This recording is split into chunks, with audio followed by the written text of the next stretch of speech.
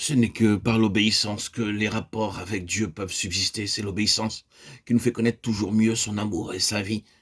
La volonté de Dieu nous révèle ce qu'il est, nous révèle sa perfection. C'est donc seulement en acceptant et faisant sa volonté, en renonçant à tout pour que sa volonté s'empare de nous et se serve de nous à son gré, que nous serons préparés à entrer en sa présence. N'en fut-il pas ainsi du Fils de Dieu? C'est après 30 ans de sainte humilité et d'obéissance, c'est après avoir témoigné de sa consécration par ces mots, il convient d'accomplir tout ce qui est juste, Matthieu 3,15, et s'être présenté au baptême pour les péchés de son peuple, qu'il fut baptisé du Saint-Esprit.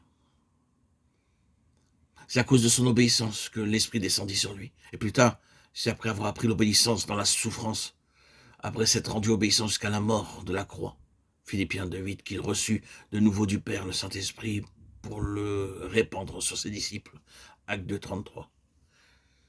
L'envoi de l'Esprit à l'Église, son corps, fut donc le résultat de son obéissance. La règle imposée à Christ, la tête, est toujours la même pour chacun des membres de son corps. L'obéissance est la condition indispensable à l'habitation de l'Esprit en nous. Si vous m'aimez, gardez mes commandements, et le Père vous donnera l'Esprit.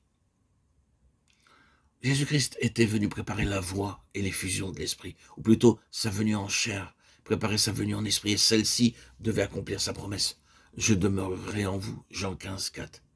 Sa venue visible faisait appel à l'âme, c'est-à-dire à l'intelligence et aux sentiments, et il fallait que ceci commençasse par l'aimer et lui obéir pour qu'il se révélât ensuite d'une manière plus intime. L'attachement des disciples à leur maître devait les préparer à recevoir le baptême de l'Esprit. De même, à présent, ce n'est que quand nous écoutons la voix de la conscience, cherchant à observer avec amour ce que Jésus nous prescrit, que notre cœur se trouve préparé à être rempli de l'Esprit. Il se peut sans doute que nos efforts n'atteignent pas le but, que nous ayons souvent à déplorer notre incapacité. Néanmoins, si le Maître voit en nous le sincère désir d'obéir à sa volonté, selon que l'Esprit déjà reçu nous la montre, nous pouvons compter sur une effusion nouvelle de l'Esprit. Ne voyons-nous pas là pourquoi l'Église réalise si peu la présence et la puissance de l'Esprit?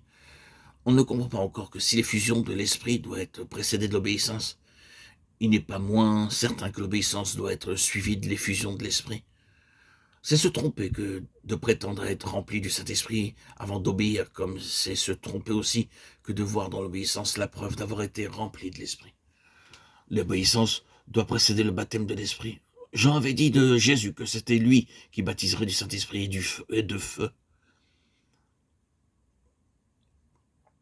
Jésus prépara par une école de 3 ans les candidats pour ce baptême. Avant tout, il se fit aimer personnellement de ses disciples. Il leur apprenait à tout laisser pour lui. Il leur disait qu'il était maître et seigneur. Il leur enseignait à faire ce qu'il leur commandait, et dans son discours d'adieu, il leur parla à plusieurs reprises de l'obéissance à ses commandements, comme de la condition essentielle qui leur obtiendrait de nouvelles grâces.